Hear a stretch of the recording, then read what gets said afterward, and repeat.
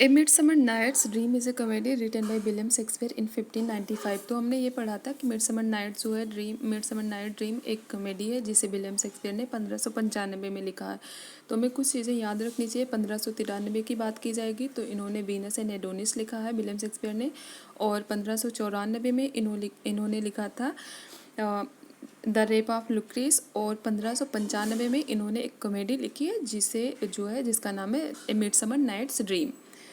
It portrays the events surrounding the marriage of Theseus the duke of Athens. और इसमें जो है ना, इसमें ये कॉमेडी है और जिसमें एक शादी की बात हो रही है, और शादी भी किसकी, थीसियस की शादी, और ये हैं ड्यूक हैं एथेंस के।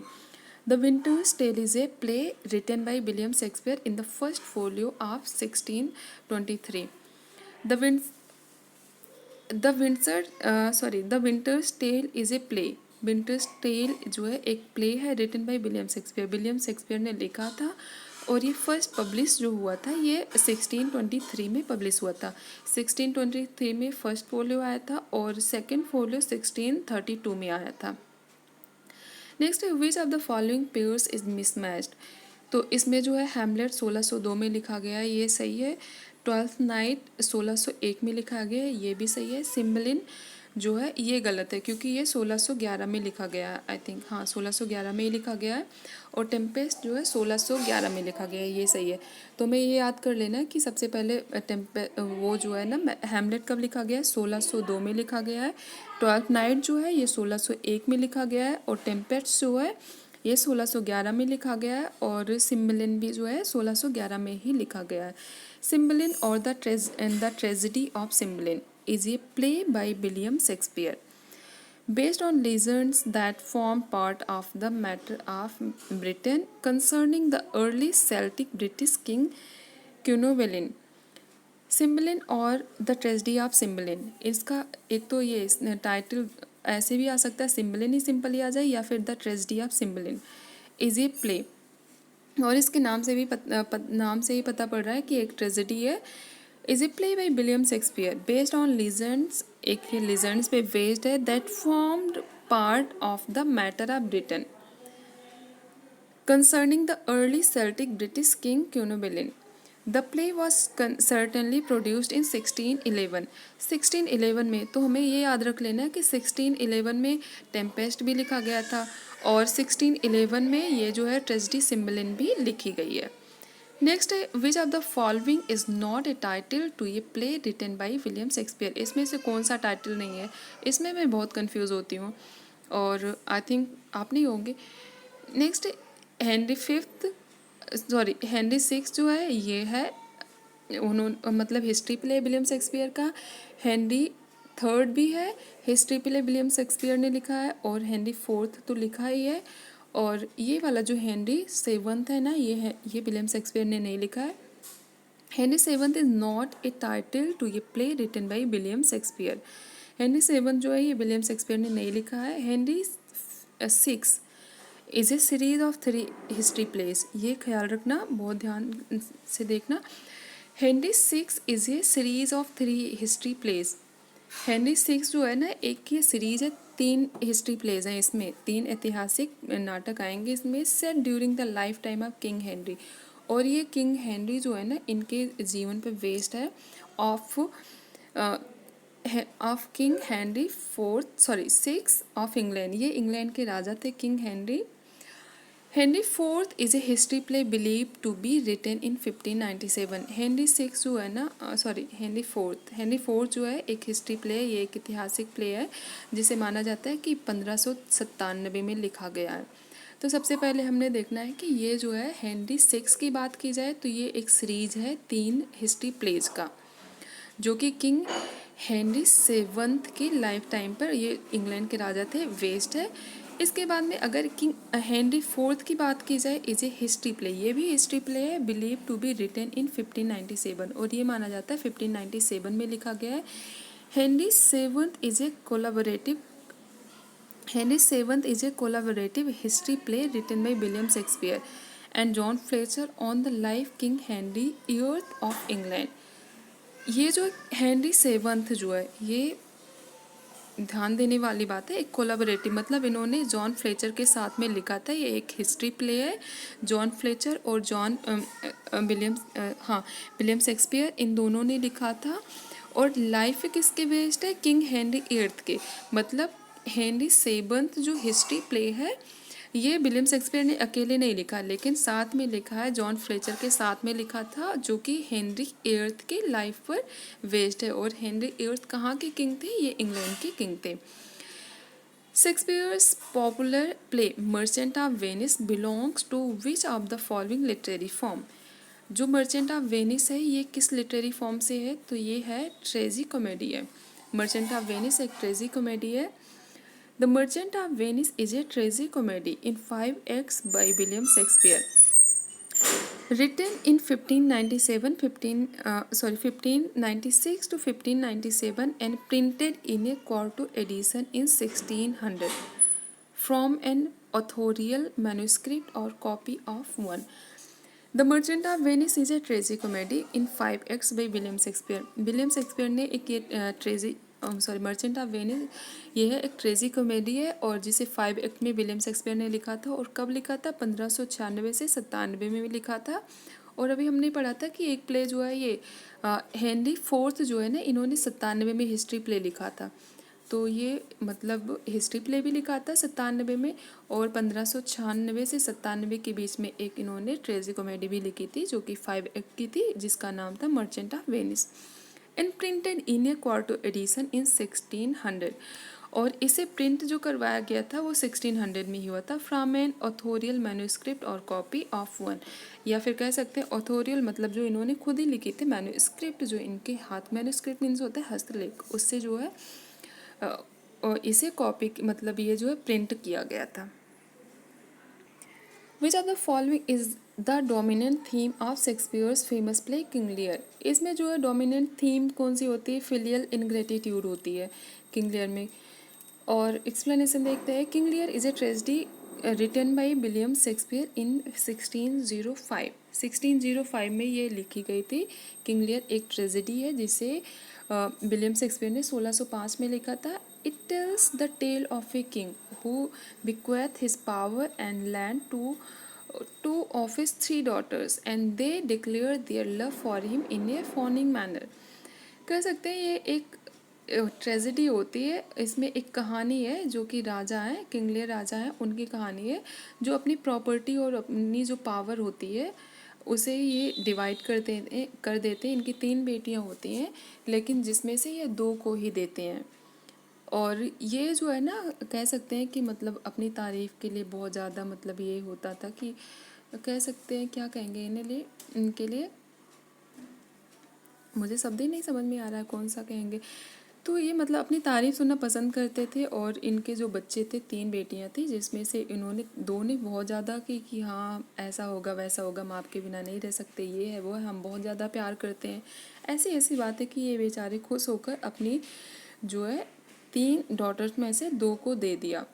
लेकिन तीसरे ने कहा था कि जितना एक लड़की को मतलब एक बेटी को अपने पिता से प्यार करना चाहिए, मैं उतना प्यार आपसे करती हूँ, जिससे ये खुश नहीं थे। और इसी की वजह से ये नाराज़ होकर अपनी 2 बेटियों में, जिन्होंने बहुत ज़्यादा कहा था कि हाँ ऐसा है वैसा, हम ऐसा प्यार करते हैं आपको, ठीक है, तो उन्हें दे दिया था। तो fawning manner, filial ingratitude is a dominant theme in King लियर।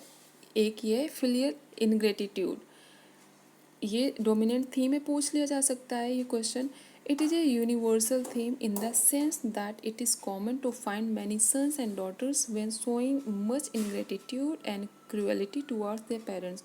और ये पहले के नहीं, यूनिवर्सल मतलब सार्वभौमिक थीम कह सकते हैं हम, ये सार्वभौमिक सत्य, क्योंकि अभी प्रेजेंट टाइम में भी देखिए बहुत सारे लड़के और लड़कियां जो होती हैं ना, वो इनग्रेटिट्यूड शो करती हैं अपने पेरेंट्स के लिए और क्रूअल भी हो जाती हैं, पता नहीं कैसे बट हो जाती होंगी, ठीक है, अपने पेरेंट्स के लिए। तो ये स्टोरी है एक यूनिवर्सल स्टोरी है, मतलब बहुत पहले लिखा था तब भी था और प्रेजेंट टाइम में तो चल ही रहा है। King Lear is a tragedy in 5 acts published in a quarto edition in 1608। King Lear एक ट्रेजेडी है जो कि 5 एक्ट्स की है, published in a quarto edition, और क्वार्टो एडिशन में पब्लिश हुआ था ये 1608 में। तो हमने अभी तक जितनी भी ट्रेजेडीज पढ़ी है वो 5 एक्ट की ट्रेजिडी थी। नेक्स्ट है which of the following characters does not belong to famous Shakespearean tragedy Hamlet. Hamlet में से कौन सा ये करेक्टर नहीं है? तो ओफेलिया, पोलोनियस और क्लॉडियस तो ये करेक्टर है ही हैं हेमलेट के।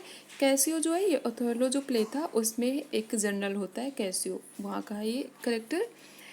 हेमलेट is a tragedy in 5 acts by William Shakespeare published in a quarto edition in 1603। Hamlet एक ट्रेजिडी है 5 act की जिसे विलियम शेक्सपियर ने लिखा है और जो कि पब्लिश हुआ था क्वार्टो एडिशन में 1603 में। मतलब ये 1603 में क्वार्टो एडिशन में पब्लिश हुआ था हेमलेट।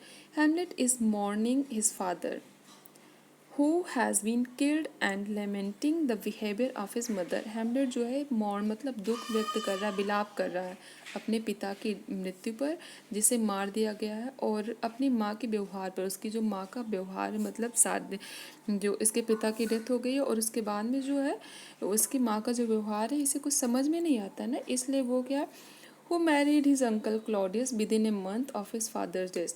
इसमें जो हेमलेट मतलब उसकी माँ का जो व्यवहार है, अब आप ऐसे सोच लो इनके गर्ट्रूड जो होती है ना, इनके हस्बैंड को मार दिया जाता है और उसके 1 महीना भी नहीं बीतता कि ये अपने देवर से शादी कर लेती हैं जो कि क्लॉडियस हैं और अपने हस्बैंड की डेथ के बाद में। तो ये जो व्यवहार है ना ये समझ में नहीं आता हेमलेट को, तो उसी पर ये क्या है कि ये लैमेंट कर रहा है। The other characters of the play are Horatio. और अदर जो करेक्टर है हम कह सकते हैं ये होरेसियो है, हेमलेट्स फ्रेंड। पूछा जा सकता है कि who is Horatio in the play Hamlet, तो ये होगा Hamlet's friend. Polonius and old courtier, और ये पोलोनियस जो है एक बूढ़ा दरबारी है। एंड ओफेलिया पोलोनियस डॉटर, और ओफेलिया जो होती है डॉटर होती है and lover of Hamlet, lover भी होती है हेमलेट की। Michael Cassio is a young and inexperienced soldier in the play Othello. Michael Cassio जो है ये यंग इनएक्सपीरियंस मतलब अनुभवहीन एक सिपाही होता है ओथेलो प्ले में। ए ट्रेजिडी इन 5 acts, ये भी एक ट्रेजिडी है, ओथेलो भी एक ट्रेजिडी है जो कि विलियम शेक्सपियर ने लिखा था 1603 से 1604 के बीच में। तो पूछा जा सकता है कि 1600 मतलब ओथेलो कब लिखा गया था, तो 1603 से 1604 के बीच में लिखा गया था। एक ट्रेजिडी है और कितने एक्ट की? 5 act की। Which of the following plays of Shakespeare does not belong to the last phase of his career. इनमें से कौन सा प्ले जो है लास्ट फेज से नहीं संबंधित है? तो ये मच एडो अबाउट नथिंग, क्योंकि हमने अभी तो पढ़ रखा था कि 1611 में सिम्बलिन लिखा गया है, टेम्पेस्ट भी 1611 में लिखा गया है और द विंटर्स टेल भी 1611 में लिखा गया है। विंटर्स टेल आई थिंक मैं भूल रही हूँ इसकी डेट, एक बार देख लेना। तो ये जो है 2 तो पक्का है कि ये 1611 में लिखा गया था टेम्पेस्ट और सिम्बलिन। और इसके बाद में हम देखते हैं नेक्स्ट क्वेश्चन है इसमें, Much Ado About Nothing is a comedy by William Shakespeare written in 1598 and 1599। Much Ado About Nothing एक कॉमेडी है जिसे कि विलियम शेक्सपियर ने लिखा था 1598 से 1599 के बीच में। As he was approaching the middle of his career, और इनका ये कह सकते हैं कि मिडिल मतलब मिडिल इनके करियर का था।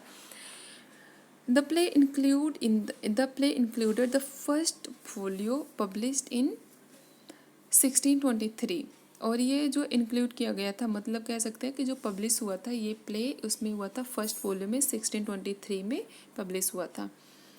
The Tempest is a play by William Shakespeare written in 1601 to 1611 and consider to be one of the last play of Shakespeare. ये पूछा, आई थिंक ये क्वेश्चन पूछ लिया गया है बट इसे ध्यान रखना इंपॉर्टेंट है। The Tempest is a play, Tempest भी एक प्ले है जिसे विलियम शेक्सपियर ने लिखा है 1601 से 1611 के बीच में। मतलब कह सकते हैं कि कंटिन्यू रहा होगा लिखना इनका इस टॉपिक इसे। In consider to be one of the last play, और ये माना जाता है विलियम शेक्सपियर का लास्ट प्ले है जो कि अकेले लिखा है, क्योंकि इसके बाद में भी इन्होंने लिखा है लेकिन वो है कोलैबोरेशन में लिखा है। Cymbeline and Winter's Tale are plays of Shakespeare published in the first folio of 1623, और सिम्बलिन और विंटर्स टेल है ये फर्स्ट फोलियो में पब्लिश हुआ था जो कि 1623 में आया था। They were group among comedies and considered as Shakespeare's last work. ये भी ध्यान रख लेना कि इन्हें जो है सिम्बलिन और विंटर्स टेल उस टाइम में फर्स्ट वॉल्यूम में इसे कंसीडर किया गया था, अ, उसमें कॉमेडी में कंसीडर किया गया था, माना गया था कॉमेडी है, और ये लास्ट वर्क भी माना गया था।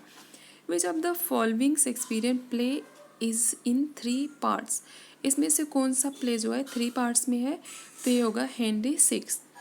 अभी हमने पढ़ा था इसके बारे में।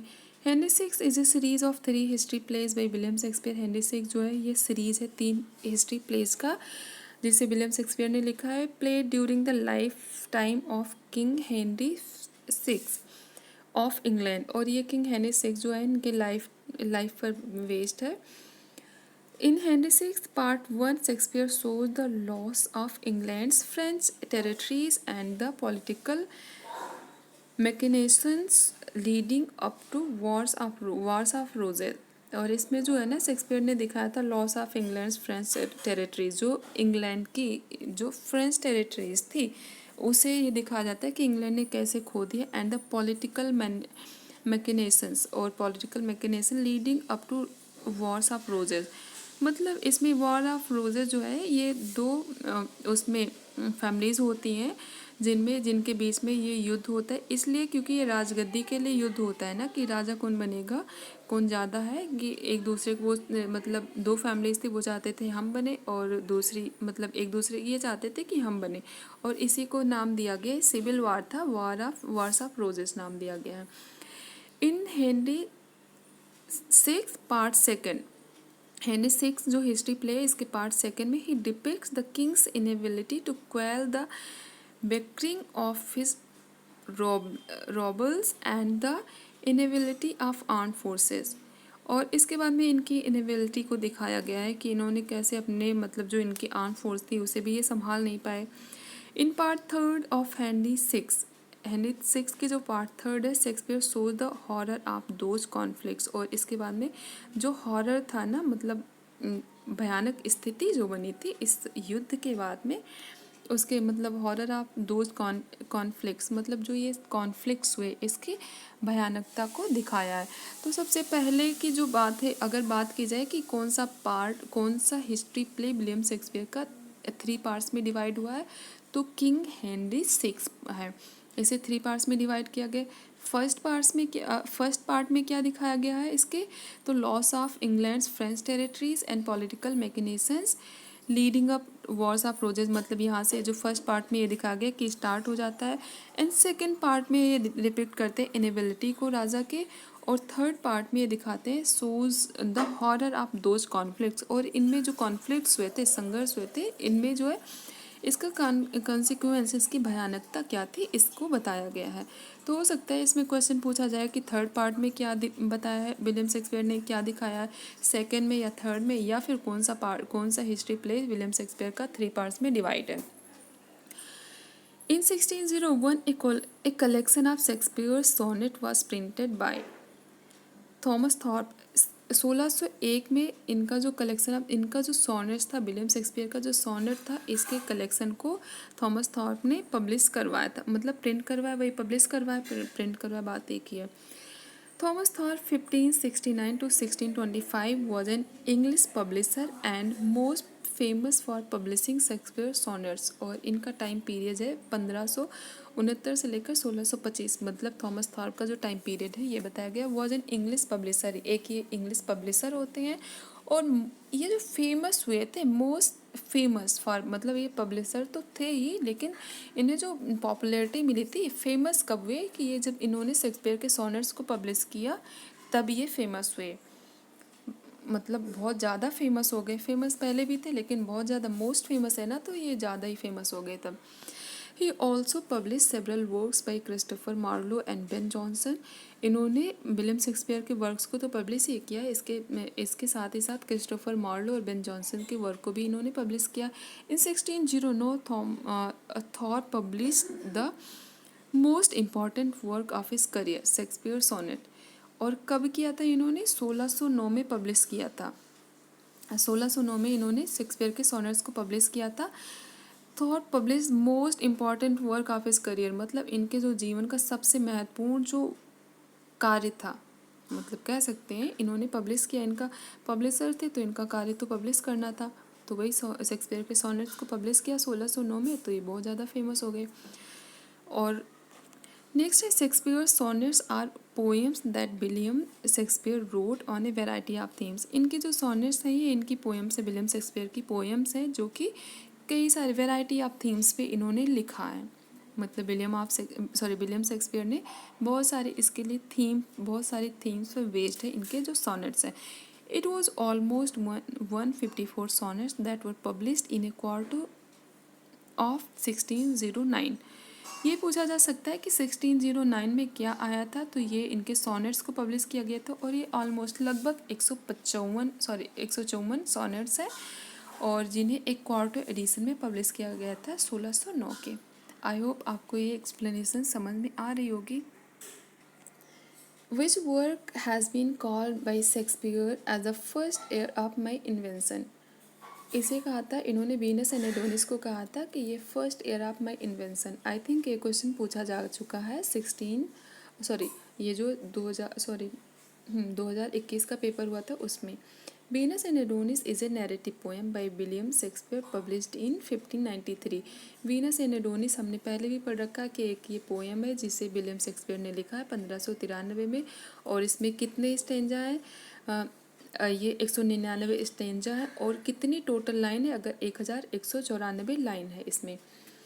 It is probably Shakespeare's first publication, और ये माना जाता है ना कि ये फर्स्ट पब्लिकेशन है इनका, 1593 में फर्स्ट पब्लिश हुआ था और ये फर्स्ट पब्लिकेशन था। The poem tells us the story of Venus the goddess of love. और ये पता है आपको कि एक स्टोरी है वीनस की जिसमें जो कि है गॉडेस ऑफ लव है, प्यार की देवी है, of her unrequited love and of her attempted reduction of Adonis, an extremely handsome young man।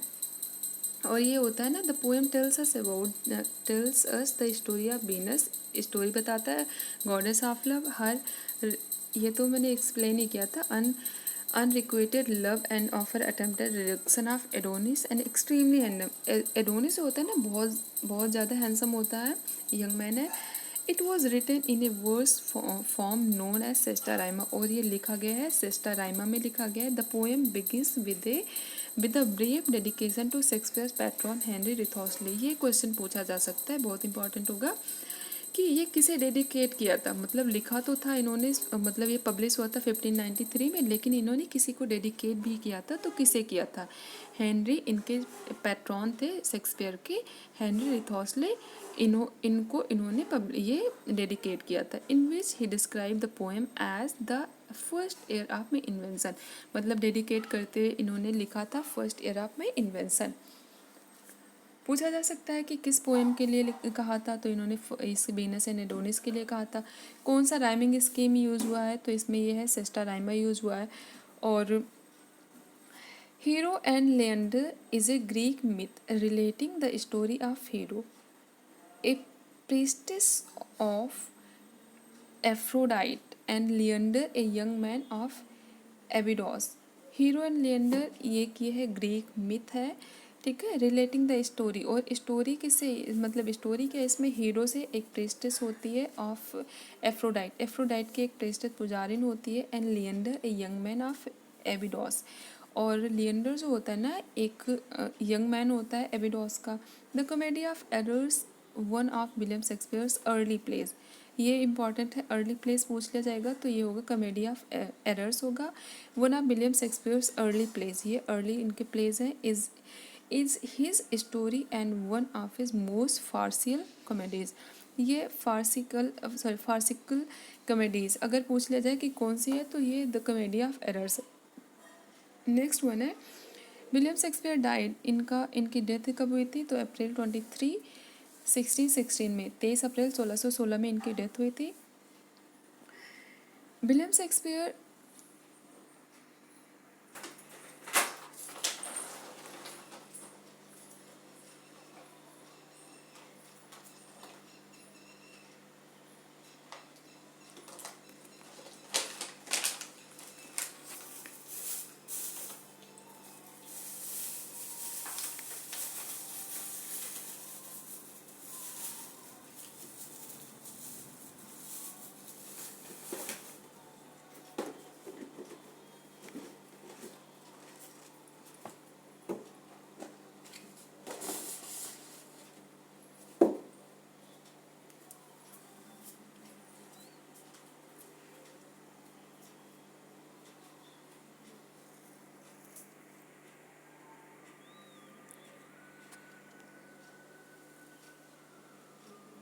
HOKLM ऐसे मैंने याद किया, कुछ लोग इसे होकम से याद करते हैं, और H फॉर ओथेलो, और O से sorry H for Hamlet, O for Othello, K for king, KL से किंग लियर, और M फॉर मैकबेथ है। इसे मैंने ऐसे याद किया, कुछ लोग इसे होकम से याद करते हैं। होकम मतलब होकम का H जो है वो हैमलेट के लिए हो, और O फॉर ओथेलो, K से है किंग लियर, और M से है Macbeth. The correct serial of William Shakespeare tragedy is Hamlet, written about 1599 1601। और the correct serial of 15 William Shakespeare tragedy, जो इनकी शेक्सपियर की ट्रेजेडीज है, इसका सीरियल जो है ये हैमलेट लिखा गया 1599 से 1601 के बीच में, ओथेलो 1603 से 1604 में। ये बहुत इंपॉर्टेंट है। पब्लिकेशन डेट इनके और रिटन डेट जो है 1599 से 1601 के बीच में हैमलेट लिखा गया था। ओथेलो जो है रिटन ये 1603 से 1604 के बीच में लिखा गया है। किंग लियर लिखा गया है 1605 से 1606 में, एंड मैकबेथ लिखा गया था 1606 से 1607 में। In the first folio edition of Shakespeare's dramas which play was omitted, omitted मतलब है जो इंक्लूड नहीं किया गया था, ये है पेरिक्लीज, और बाकी के सारे इसमें आए थे। First folio was the collected works of William Shakespeare published in 1623। First folio में ये कलेक्शन होता है, ये इनके जो प्लेज होते हैं मतलब विलियम शेक्सपियर के, जिसे पब्लिश किया गया था 1623 में। It was originally published as Mr William Shakespeare's comedies. Originally इसे जो पब्लिश किया गया था ऐसे Mr William Shakespeare's comedies, histories and tragedies, मतलब जो टाइटल दिया गया था इसके नाम जो दिया गया था इसके पब्लिकेशन को, वो ऐसे दिया गया था mister William Shakespeare's comedies, histories and tragedies, क्योंकि इसमें हिस्ट्री भी थी, कॉमेडी भी थी और ट्रेजेडी भी थी। Pericles was not in the first folio edition of Shakespeare's drama. इसका जो फर्स्ट फोलियो एडिशन आया था इसमें पेरिक्लेस को नहीं ऐड किया गया था। Pericles was published in the second folio of 1623 में, जो 1623 का जो आया था मतलब सेकेंड फोलियो जो पब्लिश हुआ था 1632 में, इसमें इसे ऐड किया गया था। फर्स्ट फोलियो तक का क्या था, ये माना जाता था कि नहीं ये विलियम शेक्सपियर ने नहीं लिखा, किसी और ने लिखा है। First Folio undertook the collection of 36 of Shakespeare's plays. ये याद रखने वाली बात है कि कितने, तो एक ओमिट किया गया, माना जाता है 37 प्ले लिखा है, और अगर इन्हें टोटल पूछा जाए कि कोलाबोरेशन में इन्होंने टोटल प्लेज कितने लिखे गए हैं तो 39 है। अगर अकेले की बात की जाए कि कितने लिखे हैं तो 37 लिखे हैं। और इसे जो है, और फर्स्ट फोलियो में जो 1623 में आया था इसमें कितने पब्लिश किए गए थे इनके ड्रामास, तो वो है 36, और किससे नहीं किया गया था वो है पेरिक्लीज है। और अगर पूछा जाए सेकेंड एडिशन कब आया था इनके फोलियो का, तो ये 1632 में आया था, और उसमें पेरिक्लीज को ऐड कर लिया गया था। First Folio undertook the collection of 36 plays Shakespeare's plays and about 1000 copies of this folio were printed. और हाँ, ये पूछा जाए कितनी कॉपीज़, तो 1000, लगभग 1000 कॉपीज़ जो है ये पब्लिश मतलब प्रिंट की गई थी उस टाइम पर। Which of the following play is a social satire dealing with the fashion and fads of the day? ये है मतलब कौन सा ऐसा प्ले है जो फैशन मतलब सटायर है, एक सटायर व्यंग है जो कि उस टाइम पे फैशन और फेड्स चल रहे थे उन दिनों पर, उसका है लव्स लेबर लॉस्ट है।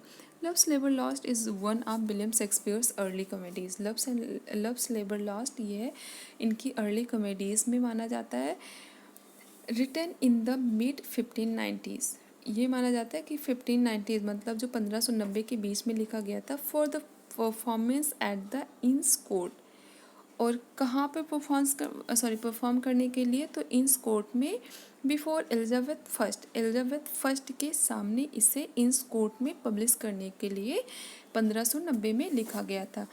ये इम्पॉर्टेंट है, किसके सामने मतलब कहाँ पर पब्लिश करने के लिए, इंस कोर्ट में। कब पब्लिश करने के लिए, 1590 में तो ये लिखा गया है, और तभी ये पब्लिश भी किया गया था मतलब परफॉर्म भी किया गया था किसके सामने, एलिजाबेथ फर्स्ट के सामने। The plays draws on themes of masculine love and desire, reckoning and rationalization and is a social satire dealing with the fashion and fates of the day.